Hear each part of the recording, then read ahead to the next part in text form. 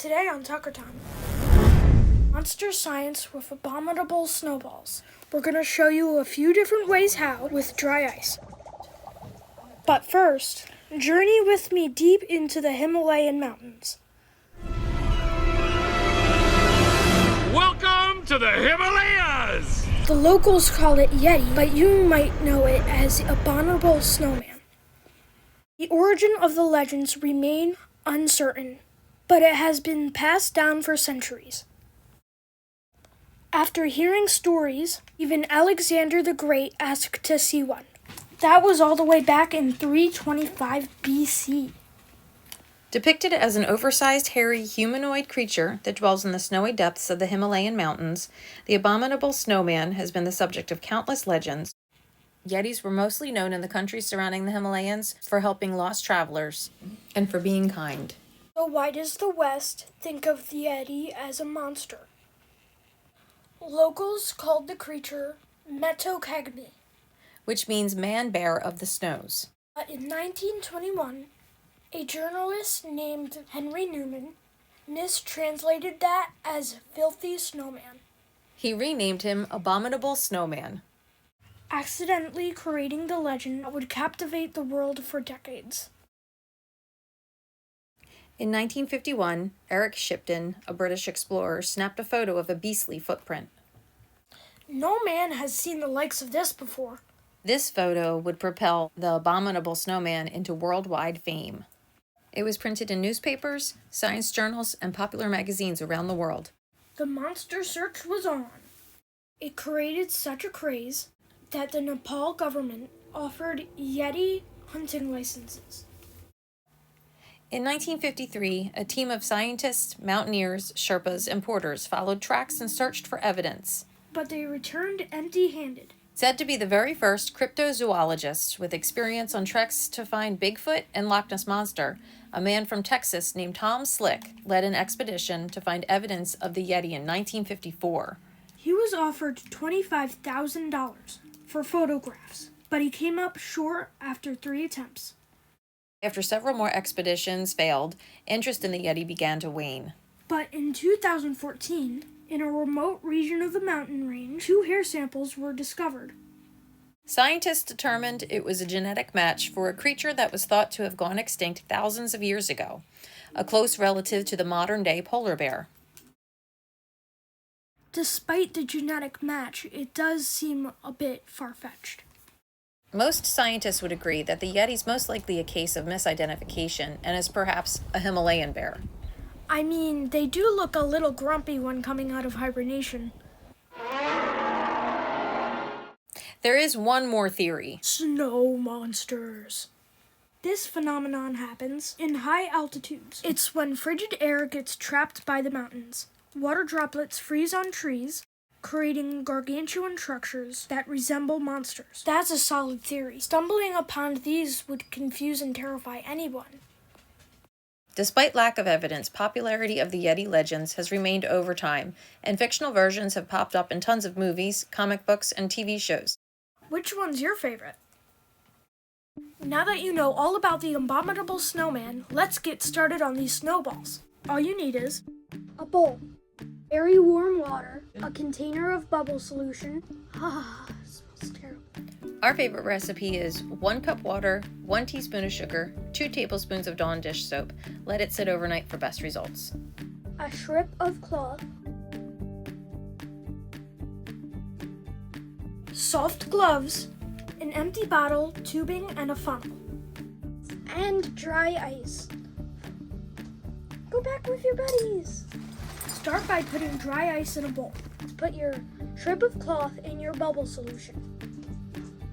Now take your warm water and pour it on the dry ice. That good? Ooh, that's very good. Now take some of the bubble solution and wipe it around the rim of the bowl. Take your cloth, try not to drip any soap inside the bowl, and gently rub it across the top. Oh, I did it! Now watch it expand. No! Try it again. Perfect. Here you go. Look, you got it. Yay. Great job. Dry ice is the solid form of carbon dioxide. This stuff doesn't melt, it sublimates.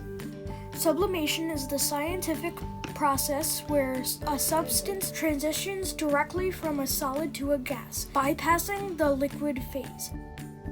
Dry ice is negative 109 degrees.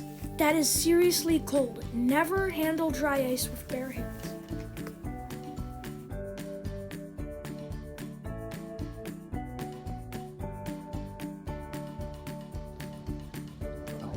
Oh, I'm in. Oh! Next up, experiment 2. Take your cloth and squeeze the soap into the bowl.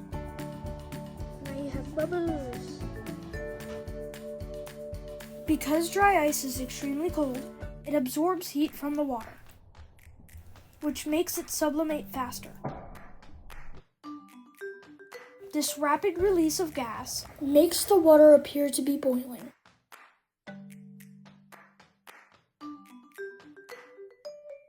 Get ready for experiment 3. Now it's time for the empty bottle, funnel, and tubing. You're gonna fit the funnel into the tubing like this. Now have an adult put dry ice in the bottle and add a little water. When it starts to fog, you're going to cover the bottle with the funnel. And then dip the end of the tubing into the soap to create your snowballs. And now it's time for the fun.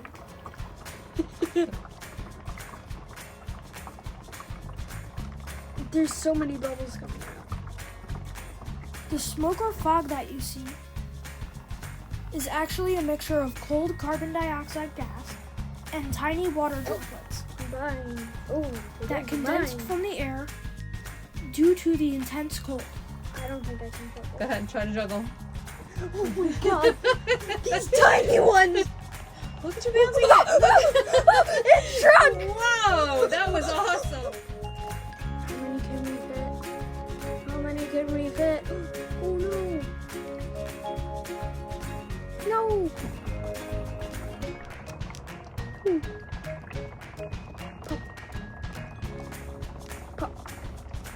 That looks like a bouncy one.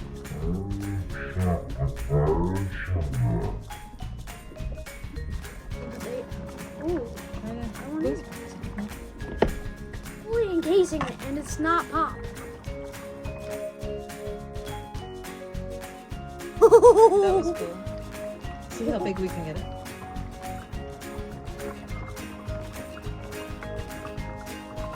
That is huge. Oh, it's like a snowman.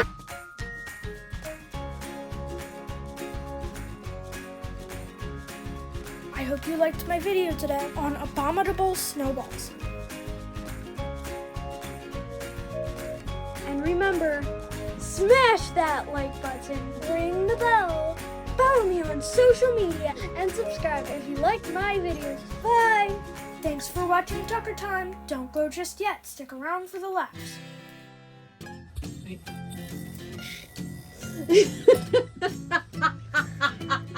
I thought you were You got scared to death. No. My You grip. thought I farted? I thought you farted, and then my grip lost. I was like, "You're so disgusting." Wait, I don't want to know. Ooh. Did you see that? Yeah.